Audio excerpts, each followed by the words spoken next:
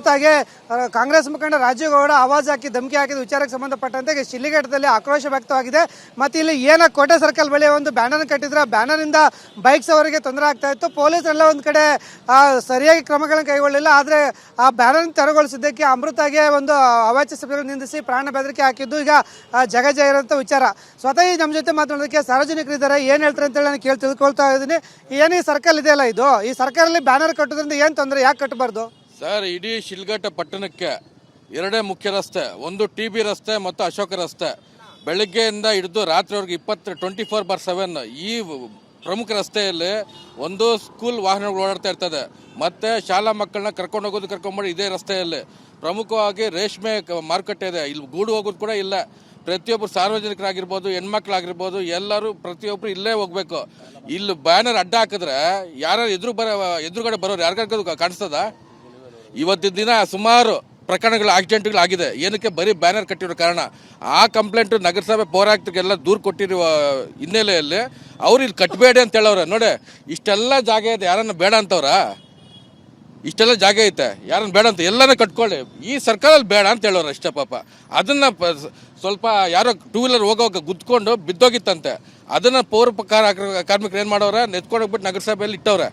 ತಕ್ಷಣ ಸಂಬಂಧಪಟ್ಟ ಪಾಪ ಅಧಿಕಾರಿಗಳು ಯಾರಿಗೋ ಒಬ್ಬ ಕೌನ್ಸಿಲರ್ಗೆ ಎಲ್ಲ ಇಂಟಿಮೇಷನ್ ಕೊಟ್ಟವ್ರೆ, ಬಂದು ರೆಡಿ ಮಾಡ್ಬೇಕು ತಾನೆ. ಅದು ಬಿಟ್ಟು ನೀನು ರೋಡಿ ಥರ ಗೂಂಡಾ ಥರ ಮಾಡಿದ್ರೆ ಇಲ್ಲಿ ಯಾರನ್ನ ಕೈಗಳನ್ನು ಬಳೆ ಕಟ್ಕೊಂಡಿದ್ದೀವ? ಮತ್ತೆ ಪೊಲೀಸರು ಏನ್ ಮಾಡಲ್ವಾ? ಇಲ್ಲಿ ಟ್ರಾಫಿಕ್ ಸ್ಟೇಷನ್ ಇಲ್ವಾ? ಪೊಲೀಸರು ಈ ತರ ಬೈಕ್ಸ್ ಅವರಿಗೆ ಅಡ್ಡ ಆದ್ರೆ ಪೊಲೀಸರನ್ನು ತೆರವುಗೊಳಿಸುವಂತದ್ದು, ದೂರು ಕೊಡುವಂತದ್ದು ಏನ್ ಮಾಡಲ್ವಾ? ಸರ್, ಪೊಲೀಸರು CC ಕ್ಯಾಮ್ರಾ ಎಲ್ಲ ಹಾಕಿದ್ದಾರೆ, ಅವರೆಲ್ಲ ಅವ್ರ ಪ್ರಯತ್ನ ಅವ್ರು ಮಾಡ್ತಾ ಇದ್ದಾರೆ. ಆದ್ರೆ ಇಲ್ಲೊಂದು ಇನ್ ಸ್ವಲ್ಪ ಹೆಚ್ಚಿನ ರೀತಿಯಲ್ಲಿ ಈ ಟ್ರಾಫಿಕ್ ವ್ಯವಸ್ಥೆ ಬಗ್ಗೆ ಅವ್ರು ಕಾಳಜಿ ವಹಿಸ್ಬಿಟ್ಟು ಮಾಡಿದ್ರೆ ಇನ್ನೂ ಒಳ್ಳೇದಾಗುತ್ತೆ ಸರ್. ಧನ್ಯವಾದ. ಇಲ್ಲಿ ಬ್ಯಾನರ್ ತೆರವುಗೊಳಿಸೋದಕ್ಕೆ ರಂಪಾರ ಆಯ್ತಲ್ವಾ? ಪೊಲೀಸರು ಮತ್ತೆ ಏನ್ ಮಾಡ್ತಾ ಇದ್ರು ಸರ್? ಪೊಲೀಸ್ ಅವರು ಭಯ ಬೀಳ್ತಾ ಇದ್ದಾರೆ. ಎಲ್ಲ ತಾಲೂಕಲ್ಲಿ ನೌಕರರಿಗಾಗಲಿ, ಪೊಲೀಸ್ ಇಲಾಖೆ ಆಗಲಿ, ದಂಡಾಧಿಕಾರಿಗಳಾಗಿ, ನಗರಸಭೆ ಎಲ್ಲರಿಗೂ ಧಮಕಿ ಕೊಟ್ಟಿರೋದು ವಿಷಯ ನಿಮಗೆಲ್ಲ ಮಾಹಿತಿ ಬಂದೈತೆ. ಅವರು ರೌಡಿಸಮು, ಗೂಂಡಾಯಿಸಮ್ ಮಾಡ್ತಾ ಇದ್ದಾರೆ ತಾಲೂಕಲ್ಲಿ ಬಂದು. ಎಲ್ಲಿಂದನೋ ಬಂದು ಸ್ಥಳೀಯರಲ್ಲ, ಅವರು ಫಸ್ಟ್ ಆಫ್ ಆಲ್ ಬಂದು ಸ್ಥಳೀಯರಲ್ಲ, ಎಲ್ಲಿಂದನೋ ಬಂದು ಇಲ್ಲಿ ದುಡ್ಡೈತೆ, ನನ್ನ ಹತ್ರ ಇದೈತೆ.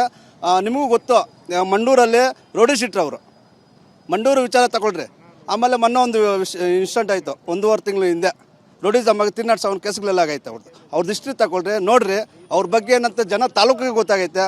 ಎಲ್ಲರೂ ಕ್ಯಾಕ್ರಿಸಿ ಉಗಿತಾ ಇದ್ದಾರೆ ಮಕ್ಕಳಿಗೆ. ಅಲ್ಲ, ಈಗ ಅವರು ಸಾರ್ವಜನಿಕರ ಪರವಾಗಿ ಬ್ಯಾನರ್ ತೆರವುಗೊಳಿಸಿ ಬೈಕ್ಸ್ ಅವರಿಗೆ ಅನುಕೂಲ ಮಾಡೋದಕ್ಕೆ ಈ ಅವಶ್ಯದಿಂದ ಬೈದಿದ್ದಾರೆ. ಅದಕ್ಕೆ ನೀವು ಏನು ಹೇಳ್ತೀರಿ ಸರ್? ಈಗ ಒಂದು ಹೆಣ್ಮಗು ಅಂತೇಳಿ ಬ್ಯಾನರ್ ತೆರವು ಮಾಡೋಕ್ಕೋಸ್ಕರ ಅವ್ರ ಮೇಲೆ ಇಲ್ದಿರ ಅಂತ ಅವಾಚ್ಯ ಶಬ್ದಗಳಿಂದ ಬೈದು ಇಲ್ಲಿ 24 hours ಜನಗಳು ಓಡಾಡ್ತಾ ಇರ್ತಾರೆ. ಅದ್ರ ಬಗ್ಗೆ ಪೊಲೀಸರು ಆಗಲಿ ಯಾವುದೇ ಕ್ರಮ ತೆಗೆದುಕೊಳ್ಳಲ್ಲ ಸರ್. ಅವರೊಬ್ಬ DK ಶಿವಕುಮಾರ್ ಆಪ್ತ ಅಂತ ಹೇಳ್ಬಿಟ್ಟು ಇದನ್ನ ಒಳಗೊಳಗೆ ಮುಚ್ಕೊಂಡು ಅವ್ರ ಬಗ್ಗೆ ಏನು ಕ್ರಮ ತೆಗೆದುಕೊಳ್ತಾ ಇಲ್ಲ. ಈಗ ಅದೆಲ್ಲ ಹಳಕತೆ ಆಯಿತು, ಈಗ ಅವ್ರ ಮೇಲೆ ಪ್ರಕರಣ ದಾಖಲಾಗಿದೆ, ಇದಾಗಿದೆ. ಬಟ್ ಇವರು ಸಾರ್ವಜನಿಕರ ಪರವಾಗಿ ಬ್ಯಾನರ್ ತೆರವುಗೊಳಿಸೋದಕ್ಕೆ ಈ ಥರ ಶಬ್ದಗಳನ್ನು ಕೇಳಬೇಕಾಗಿದೆ ಅಂತ ಸರ್. ಈಗ ಎಲ್ಲರಿಗೂ ಈಗ ಗೊತ್ತಿರೋ ಸಮಸ್ಯೆನೇ ಇದು. ಇದ್ರ ಬಗ್ಗೆ ಬ್ಯಾನರ್ ತೆರವುಗೊಳಿಸಿದ್ದಾರೆ ಅಂತ ಹೇಳ್ಬಿಟ್ಟು ಅದ್ರ ಬಗ್ಗೆ ಯಾರು ಅಷ್ಟು ಸಕಾರಾತ್ಮಕವಾಗಿ ಮಾತಾಡ್ತಾನೆ ಇಲ್ಲ. ಓಕೆ, ಧನ್ಯವಾದಗಳು. ಇದು ಒಟ್ಟಿನಲ್ಲಿ ಏನು ಶಿಡ್ಲಘಟ್ಟ ನಗರದ ಜನತೆ ಈಗ ಶಿಡ್ಲಘಟ್ಟ ನಗರಸಭೆ ಪೌರಾಯುಕ್ತರಿಗೆ ಬೆಂಬಲ ಸೂಚಿದ್ದು ಸಿಬ್ಬಂದಿಗಳಿಗೆ ಶ್ಲಾಘನೆ ಮಾಡಿದ್ದಾರೆ. ಮತ್ತು ಪೊಲೀಸರು ಯಾಕೆ ಈ ರೀತಿ ಬ್ಯಾನರ್ಗಳನ್ನು ತೆರವುಗೊಳಿಸಲಿಲ್ಲ? ಈ ವಿಶೇಷವಾಗಿ ಬೈಕ್ಸ್ ಅವರಿಗೆ ಅಡ್ಡ ಆಗ್ತಾ ಇತ್ತು, ವಾಹನ ಸವಾರಿಗೆ ಅಡ್ಡ ಆಗ್ತಾ ಇತ್ತು. ಈ ಒಂದು ಕೋಟೆಯಲ್ಲಿ ಒಂದು ಅಡ್ಡಲಾಗಿ ಬ್ಯಾನರ್ ಕಟ್ಟೋದ್ರಿಂದ ಅದು 4 ಭಾಗಕ್ಕೂ ತೊಂದರೆ ಆಗ್ತಾ ಇದ್ರು. ಪೊಲೀಸರು ಒಂದು ಕಡೆಗೆ ರಾಜೇಗೌಡರ ಪರವಾಗಿದ್ರ ಅಂತಕ್ಕಂಥ ಅನುಮಾನ ಮೂಡಿದೆ. ಹಾಗಾಗಿ ಪೊಲೀಸರು ರಾಜೇಗೌಡರನ್ನ ಬಂಧಿಸಿ ಅವರು ವಿಚಾರಣೆ ಒಳಪಡಿಸಬೇಕು ಅಂತೇಳಿ ಶಿಡ್ಲಘಟ್ಟದ ಜನತೆ ಆಕ್ರೋಶ ವ್ಯಕ್ತಪಡಿಸಿದ್ದಾರೆ. ಕ್ಯಾಮರಾಮನ್ ರವಿ ಜೊತೆ ಭೀಮಪ್ಪ ಪಾಟೀಲ್, TV9 ಶಿಡ್ಲಘಟ್ಟ.